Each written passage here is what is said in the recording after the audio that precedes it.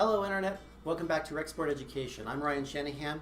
You know, there are many forms of healthcare treatments out there offering a range of therapies designed to aid in recovery and promote a more active life and relief from suffering. At least, that's what we're told, and many of those therapies do a good job of it. But how do you distinguish between the treatments that are valid and those that are garbage? Join me as we discuss the top 5 ways to tell if your treatment is bogus. Number 1, the treatment is a cure-all for all things. Many health therapies and alternative medicine make wild claims that what they offer has been effective at curing a wide range of ailments. Often, these diseases are far from similar in any way, and yet the treatment is relatively the same. For example, just one form of treatment listed on an alternative medicine official website lists the ability to deal with and treat all these ailments: multiple sclerosis, heart disease, cancer, skin problems, cuts, bruises, broken bones, headaches, cold, flu, sore throat, sunburns, fatigue, insomnia, impotence, poor memory, lack of confidence. Interesting. It actually goes on to include many more, but I think they made their point. If you run into a suggested health therapy that says it can cure a ridiculous number of ailments using essentially the same techniques, more likely than not, that treatment is a waste of time and money. Number 2, the treatment has no side effects. Okay, so many therapies like to boast that their treatment has absolutely no downside. So you would be crazy not to try it. After all, it can only help you. Well, that is an appealing hook for most people. Similar tactics have been used by salespeople in all industries. You can't afford not to buy. Well, come on down, it's a chance of a lifetime. There's never been a better time than now. Sound familiar? Well, let's put things into even better perspective. If a therapy has absolutely no way of affecting you negatively, then chances are it has so little impact on your system that it's impossible for it to do any harm. If it can't do harm, its chances of doing good are also probably a joke. You see, even the simplest and seemingly most innocuous form of treatment that has a proven peer-reviewed track record runs some risk of negative reaction. Everyone is different, and we react differently to different stimulus. Not everyone is going to get the same benefit from the same treatment, nor is everyone going to react positively to a form of treatment.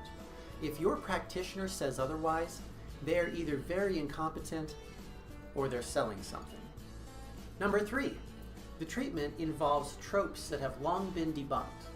Now here's one of my favorites. Many therapies say they will help you in very specific ways that sound really good, but have been proven false by science for many years. They may claim that their treatment is a detox, or that it will increase circulation, or even boost confidence or immunity. Your body has regulatory systems that manage all that stuff. It's not affected by outside influences. Think about it.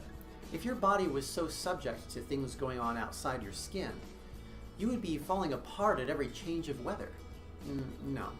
Your body has specifically adapted to keep outside influences from affecting it in any way. Your skin is a natural barrier. Its job isn't to release toxins or manage circulation. Besides, it has no mechanism to distinguish between good substances and bad. If you could pull anything out of your body through the skin, and you can't, then it would also be pulling good stuff out as well. Circulation is controlled by your heart. Immune systems are regulated by your diet and regulatory hormones, and confidence levels are really a state of mind based on your perspective.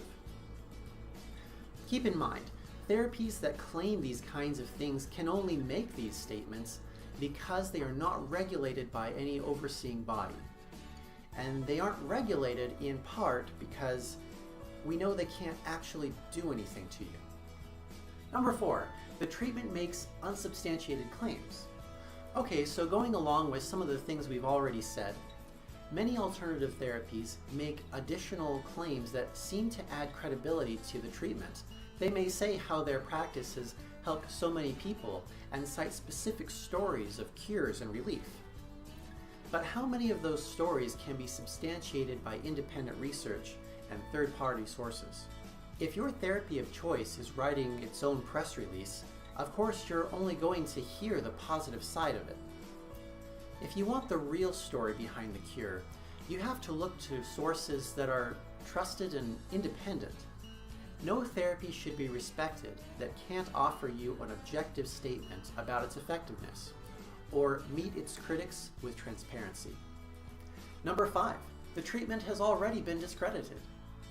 Yes, in fact, most popular therapies have been around a while and have been investigated to some extent because that's what science does, and it's always curious. So chances are your therapy of choice has at least enough information about its claims studied to the point the rest of us can make a good judgment about it. But despite this, there persists many alternative treatment options that have been long discredited because we simply don't want to hear it. And I get it. When you're desperate, in pain, and don't know where else to go, we do anything to find some relief from our ailment. Alternative medicine is very attractive in this case because they do such a good job at providing that much needed hope. We as people forget that it is very important we act as our own advocates when it comes to our health. This has been true and encouraged by traditional medicine because history has shown that even under the best circumstances, mistakes are made and good judgment sometimes fails us. And no one can be a better advocate for your health than you. Take time to look into the treatment you're pursuing, or have someone else do it for you. Ask lots of questions. And remember, you are always entitled to an independent second opinion. We all know that the American healthcare system is backwards. It's suffering from a lot of complex issues that has made it far from the best healthcare system in the world today. That's unfortunate, but that only makes alternative predators more common. Those that peddle snake oil have been around since forever, and just because we have advanced technology and knowledge today, we shouldn't think that that makes us any less susceptible to quackery. It's going to take a lot of effort on all our part to move us all forward to better, proper treatment for our future. History is full of examples where better judgment and new ways of thinking have been resisted and progress halted in the healthcare system. And while we should take steps to ensure this isn't repeated, we also must take care that we don't slip backwards in our efforts either. As always, continued education is key to ensuring we are successful and can provide the best health treatments for ourselves and for our fellow men. Thank you for watching this episode of RecSport Education. If you enjoyed this content, please leave a like and a comment below, share it with a friend, and subscribe to our channel. We also have a Patreon page, and I'd appreciate if you would take a look at that and see what you might be able to donate once a month that you can cancel at any time to help support this channel and move it forward to providing even more and better content. But at least for now, until next time, stay healthy.